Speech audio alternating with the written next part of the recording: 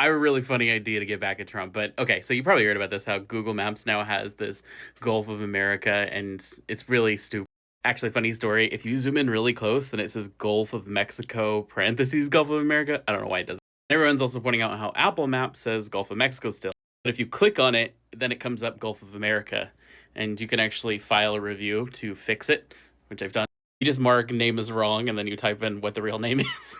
They're gonna get flooded with these. Here's what I wrote. Presidents don't get to unilaterally rename things.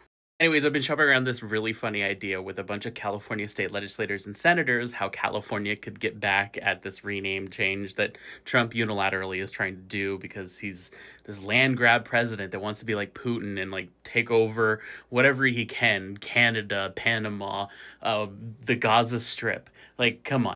So California is one of the biggest purchasers of educational materials in the country, being one of the biggest states. And sometimes, as California goes, the rest of the states have to follow because these textbook manufacturers don't want to make multiple different versions, like Texas edition and California edition books are sold in other states because we're just big.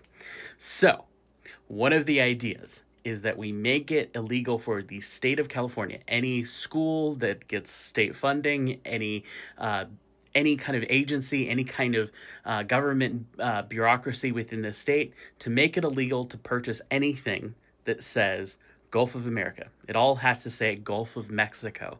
So no educational materials can be purchased in the state. This will force all the textbook manufacturers to still put Gulf of Mexico and not fall in line with Trump's agenda because they don't want to risk those contracts.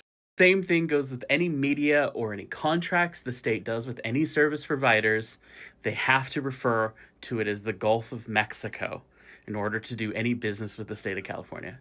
So far, I've heard a maybe from 4 different assembly members in the state and maybe a senator.